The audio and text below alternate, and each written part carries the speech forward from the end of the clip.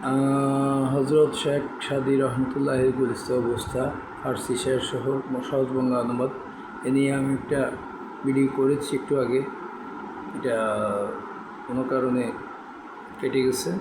যাই হোক, আমি এখন হজরত শেখ সাদী রহমতুল্লাহ আলাহির সংক্ষিপ্ত জীবনী পাঠ করে শোনাচ্ছি। ভূমিকাটা পাঠ করেছিলাম, সেটা হয়তো আছে কিংবা গেছে। হজরত শেখ সাদী রহমতুল্লাহ আলাহির সংক্ষিপ্ত জীবনী। জন্ম ও বংশ। জগৎ বিখ্যাত সাহিত্যিক ও যুগশ্রেষ্ঠ দার্শনিক হজরত শেখ সাদী রহমতুল্লাহ আলাহি 580 হিজরি মোতাবেক 1184 খ্রিস্টাব্দে ইরানের সিরাজ নগরে জন্মগ্রহণ করেন। তার প্রকৃত নাম সম্পর্কে মতভেদ থাকলেও এটাই বহিত তার আসল নাম মুসলেউদ্দিন, উপাধি শরফুদ্দিন এবং সর্বসাধারণ নিকট সাদি নামে পরিচিত। পিতা আবদুল্লাহ সিরাজি ছিলেন তৎকালীন সিরাজনগরের শাসক আতাবিকি ফারিস সাদ ইবনে জঙ্গির অধীনস্থ কর্মচারী। সরকারি কর্মচারী। পরবর্তী জীবনে কবি নানাভাবে মহৎপ্রাণ শাসক কর্তৃক উপকৃত হন এবং তারই প্রতি কৃতজ্ঞতা প্রকাশের জন্য নিজের নামের সাথে সাদ যুক্ত করেছেন। আমরা কি পেলাম? 580 হিজরি মোতাবেক 1184 খ্রিস্টাব্দে জন্মগ্রহণ করেন আর ইরানের সিরাজ নগরে জন্মগ্রহণ করেন। ইরানের প্রকৃত নাম হচ্ছে মুসলেউদ্দিন, উপাধি শরফুদ্দিন এবং সাদি নামে পরিচিত। পিতা আবদুল্লাহ সিরাজ ছিলেন তৎকালীন সিরাজ নগরের শাসক আতাবিকি ফারিস সাদ তৎকালীন শাসক সাদ ইবনে জঙ্গির অধীনস্থ কর্মচারী ছিলেন। পরবর্তী জীবনে কবি নানাভাবে এই মহৎ প্রাণ শাসক কর্তৃক উপকৃত হন, তারই প্রতি কৃতজ্ঞতা প্রকাশের জন্য নিজের নামের সাথে সাদ যুক্ত করেছেন। আর তার এই নামটিও এক জ্ঞান সাধকের প্রতি একজন মহানুভব শাসকের অবদানের কাহিনীকে কালজয়ী করে রেখেছে। শেখ সাদীর শিক্ষা জীবন। শেখ সাদী রহমতুল্লাহ আলাহির পিতা ছিলেন একজন অত্যন্ত ধার্মিক ও সুশিক্ষিত ব্যক্তি। বাল্যকালে পিতার সংস্পর্শে তার লেখাপড়া, কর্ম ও সাধক জীবনের হাতে খড়ি, কিন্তু শিশুকালে অতিক্রম করে কৈশোরে পদার্পণের পূর্বেই তাহার মহাত্মা পিতা ইন্তেকাল করেন।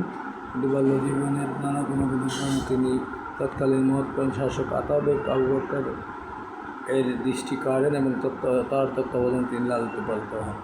পরবর্তীতে তিনি উচ্চশিক্ষা লাভের জন্য ইরাকের রাজধানী বাগদাদের কেন্দ্রস্থলে অবস্থিত নিজামিয়া মাদ্রাসাতে ভর্তি হন। নিজামিয়ায় অধ্যয়নকালে তিনি জগৎ বিখ্যাত আলেম আবুল ফারাজ ইবনে জাওজি এবং শিহাবুদ্দিন সুহরাওয়ার্দীর নেই মহান বুজুর্গ ব্যক্তির নিকট জ্ঞান অর্জন করার সৌভাগ্য অর্জন করেন।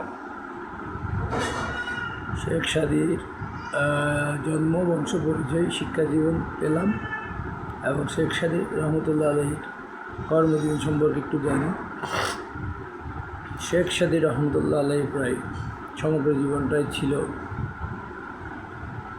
জ্ঞান অর্জন, অর্জিত জ্ঞান সর্বসাধারণ নিকট বিতরণ, চরিত্র গঠন, সাহিত্য চর্চা ও আল্লাহ প্রাপ্তির প্রচেষ্টায় অতিবাহিত মুসাফিরি জিন্দিগির এক নমুনা বিশেষ। তার সমগ্র জীবন কর্মানুযায়ী মোট 4 ভাগে বিভক্ত। বাল্য, কৈশোর, যৌবনে 30 বছর জ্ঞান অর্জন ও চরিত্র গঠন, পরিণত বয়সে 30 বছর দেশভ্রমণ ও কাব্য রচনা। তার জীবন 4 ভাগে বিভক্ত। বাল্য, কৈশোর এবং যৌবনে 30 বছর অধ্যয়ন, জ্ঞান অর্জন, সাধনা, চরিত্র গঠন, পরিণত বয়সে 30 বছর দেশ ভ্রমণ এবং কাব্য রচনা করে কাটিয়েছেন। তারপর 30 বছর আল্লাহ প্রাপ্তির সাধনা, স্বীয় রচনা বিন্যাস ও পূর্ণতার সাধন এবং শেষ 12 বছর মহান আল্লাহর প্রেমে মত্ত থেকে ইলমে তাসাউফের প্রচার ও প্রসারে মনোযোগ দেন। ভ্রমণ।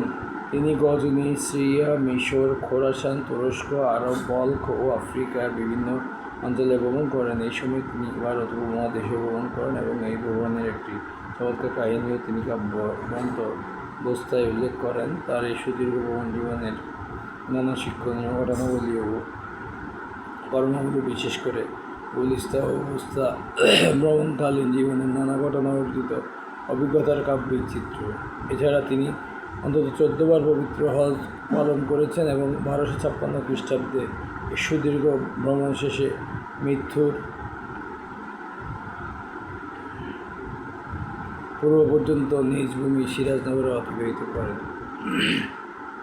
শেখ সাদী রহমতুল্লাহির আধ্যাত্মিক জীবন। শেখ সাদী রহমতুল্লাহির জীবনের শেষ জীবনটাকে আমরা আধ্যাত্মিক সাধনার জীবন হিসেবে চিহ্নিত করলেও শিশুকাল থেকে আধ্যাত্মিকতার প্রতি বিশেষ আকর্ষণ তার জীবনের বিশেষত্ব।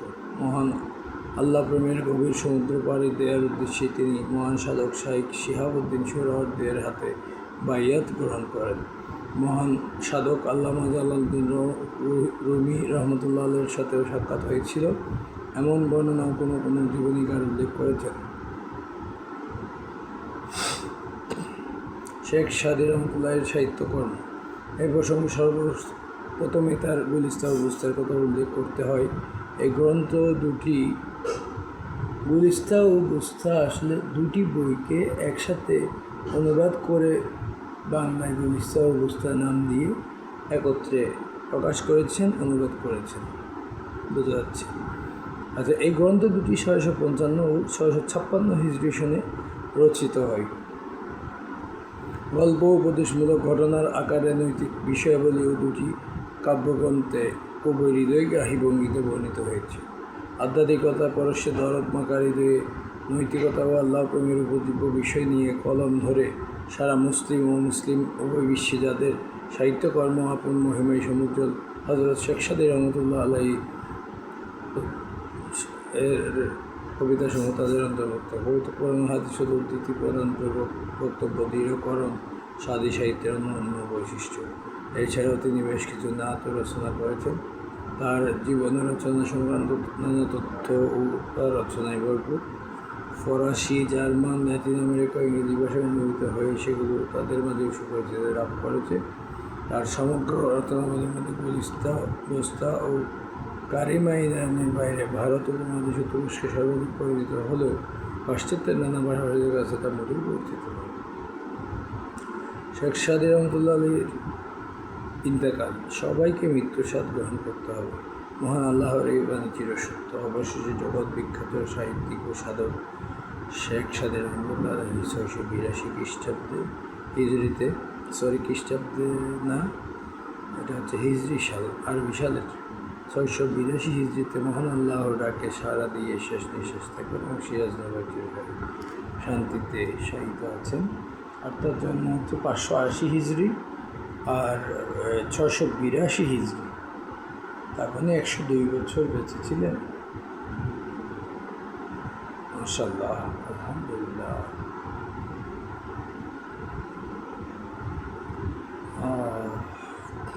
জানি না আপনাদের কতটুকু উপকারে লাগবে, আপনারা মনোযোগ দিয়ে শুনবেন কিনা, বুঝবেন কিনা, পড়বেন কিনা, আমার কিছু যায় আসে না। আমার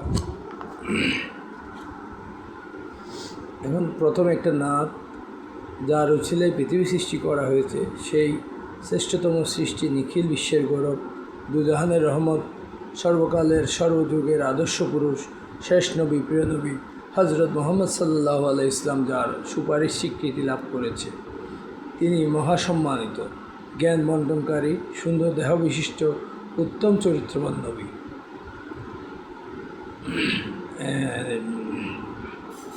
তো শেখ সাদী রহমতুল্লাহ আলাইহি লিখেছেন, বালাগাল্লাহ বিকমালিহি কাশাফাদ দুজা বিজমালিহি আসনাত জামিউ কাসওয়ালিহি সাল্লু আলাইহি ওয়া আলিহি।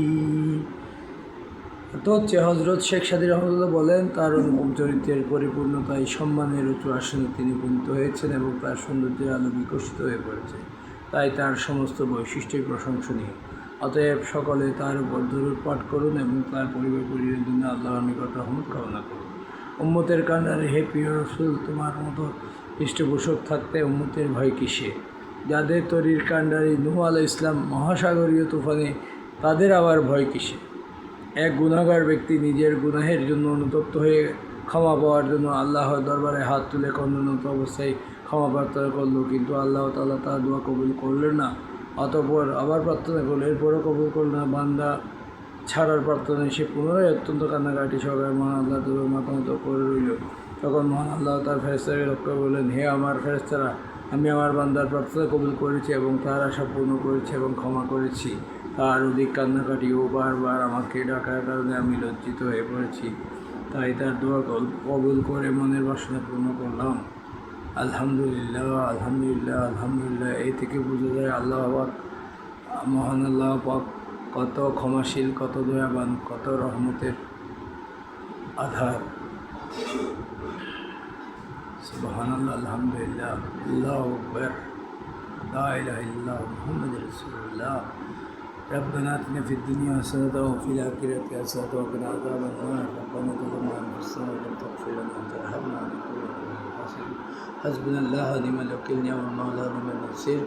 رب زدني علما، رب زدني علما. اللهم إني أعوذ بك من البرص والجنون الأسقام. اللهم إني أعوذ بك من البرص والجنون من سيء الأسقام.